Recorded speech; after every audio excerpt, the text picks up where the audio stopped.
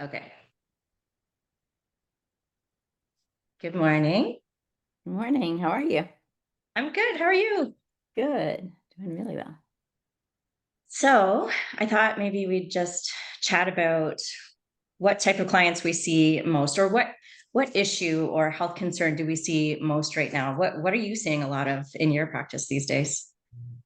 I'm seeing a lot of anxiety. People sometimes they can't even put a finger on it, but their polarity is flipping. They're just coming in and nothing seems to be working because their polarity is off.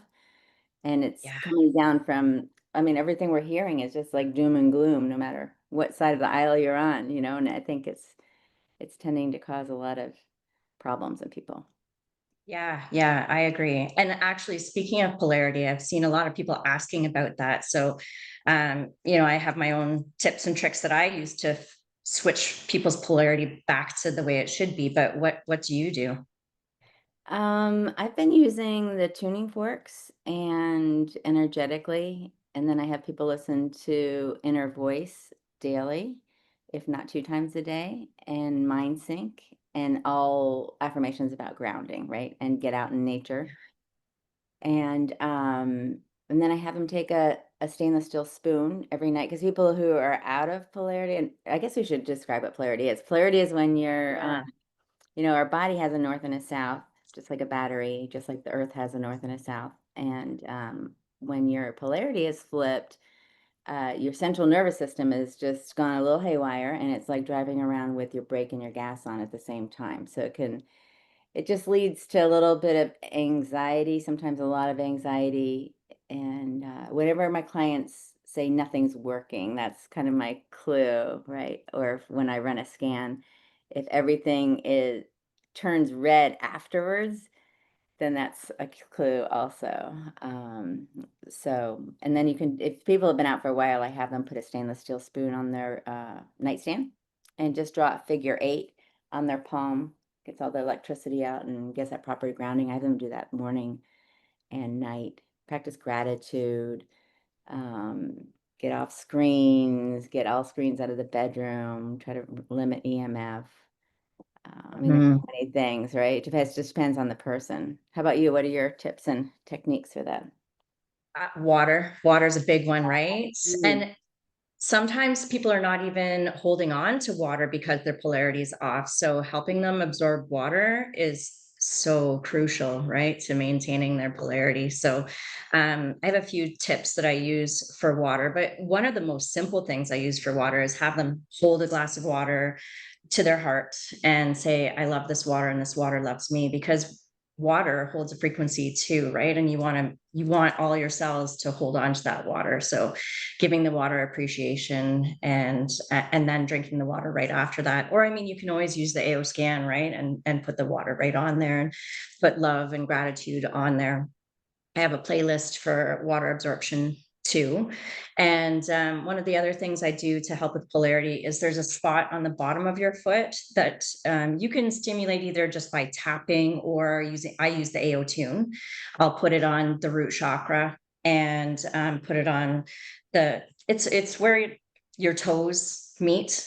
You know Hmm. what? I'll post a picture when we post this video so people know what point to use. But those are, I think, the biggest tips and tricks I use to help people get their polarity back in check. Yeah, that's awesome. Yeah. I like Yeah. And the tuning forks. The auto 128 works really well. So I imagine putting it on that spot would be good, or putting it in a SEFI dot, yes. put it on, or Yeah, for sure. Yeah. And absolutely helping people absorb water, stay grounded, keep their polarity in check really helps with anxiety. But are there other things that you like to do for people? Maybe people who their polarity is the way it's supposed to be, but they're having a lot of anxiety. What are some of your other tools in your toolbox that you use? I mean, breathing is so free, easy, simple, right? But if we think about that vagus nerve, it controls the heart and the lungs. So just simply, research has shown that if you breathe in and out your nose, if you're trying to calm anxiety down, that calms the central nervous system down. And most of the research says a longer exhale. So you could do breathing four in and then exhale six. Sometimes people who have anxiety, they tend to be a little extreme on things, right? So if you say exercise, they're going to go out and exercise more, or if they tend to, push it. So with that breathing, you want it to be comfortable, right? Because if you tell people a longer exhale, they might go 20, 25, and then it's like, you don't want that. We're trying to calm the central nervous system down. So it's a longer exhale, but it's still a calm, regulated breathing. That works really well. Or ice water. If someone's really anxious, like panic attack, you can put ice water on the face or on the wrists, and that can bring someone out of it. Because, in the Yeah. movie, we see the whole thing slap the face, right? And that kind of breaks someone out of a hysteria. And Yeah. it's just another shock to the system. And it can reset it, so that ice on the face helps, I think. How about you? Yeah. Yeah. Yeah, same. Teaching people how to use breathing exercises is so key. And then also meditation, which I love. And a lot of people who have anxiety and it's acute, they'll say, well, I can't do meditation. And, I just remind them that it doesn't have to be long, right? Just do a 2-minute, 5-minute meditation. You can find them on YouTube and just listen to what they're saying and try and follow the instructions, to help do a body scan or something to calm their system down and get them out of their third eye chakra and more down into their root chakra. Yeah. Yeah. People I find that can't meditate, I have them do box breathing with counting. So Yes. yeah, you breathe in for 4 and you're counting. So your brain isn't thinking, oh my gosh, how long is this going to be? I can't do this, right? So it's like in 2, 3, 4, hold 2, 3, 4, out the nose 2, 3, 4, hold 2, 3, 4. And once they've done that a few times, they know what they're doing. And so then you can do it with affirmations on the exhale, right? So in 2, 3, 4, out 2, 3, 4. I am love, hold 2, 3, 4, and you can start adding that in. And then it keeps their mind busy in a good way, not that Yeah. way. Yeah. And speaking of that, I think we were going to talk about mind sync too, and what we can do with mind sync to help with stress and anxiety as well. Yeah, mind. Do you use that a lot with your clients? I do. I do a lot. I tend to have them read a script when they're with me and then send them home. And I found that if I do that, and I'm sure you experience the same thing, people come in a little bit down and then they work with us and they're like, oh, I feel so good. And then they go back to their old habits and they come in a little bit higher than they came in last time, but not a whole lot. And so if they listen to Mind Sync, I feel like we can make this steady progress because it does reset the brain. And for those people that don't know what Mind Sync is it's part of the AO software and it's customized binaural beats. So we know binaural beats work, right? It goes in one ear, it goes to the left side of the brain, in one ear, over to the right side of the brain. So it's resetting both hemispheres. But it's in your own voice. So your brain listens to it a little bit more because we're constantly talking about ourselves and it's usually not very good thoughts. You're looking in the mirror like, oh, I look terrible in this. And we need to change that. We need to start saying good things about ourselves. So it can help the brain a lot.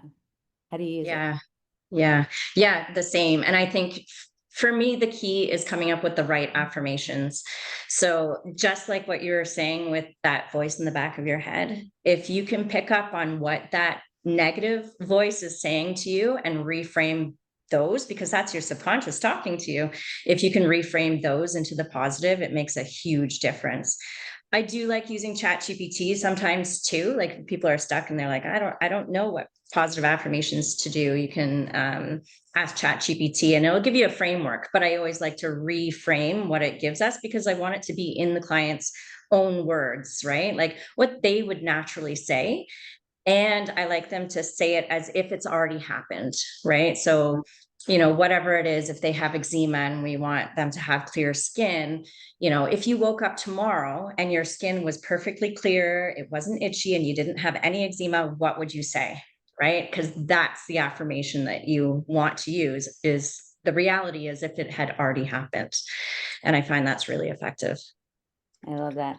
Yeah, I use ChatGPT too for that also. I'll have them list out all the negative things they say and we type it in and then just ask it to do an I am affirmation in the positive present Yeah. tense. And Yeah. and then they read it and then they mark which ones they like and maybe change a word here or there, like you said. It's in their own Yeah. voice. Yeah. But it's a good starting point because some people can't even think where to go. Yes. Yeah, exactly. And then speaking of using ChatGPT to come up with all of those, and then choosing the ones that your body needs, I think, sometimes just reminding people that you can also muscle test to see which one you need, or use a pendulum, or, the sway test or something to see which affirmation you need. I think you and I use muscle testing and those tools a lot, but some people forget that they can do that too, right? And it is pretty simple. You just need to practice doing that muscle testing. It is simple. And Yeah. also people in both categories, anxiety and with helping with mind sync, some people don't think it's safe for their brain to reset. So sometimes I have to start with that with people, like, can we muscle test that? Like, is it safe for you to heal? Is it safe for Yes. you to be in a good, calm space where you can heal? And sometimes that'll just saying that sentence will cause anxiety, and then you need to work there first. Yes. Good point. Yeah, absolutely. 'Cause Yeah, anxiety for and sure. stress, they came up for a reason, right? It's a protective reason usually. Um, Yeah. yeah. Yeah. Yeah. It's a lot to unpack when you're talking about stress and anxiety. But totally people are totally able to get there to the point where that's something of the past and they have the tools to know how to deal with it and know how to move forward and feel good again. Yeah.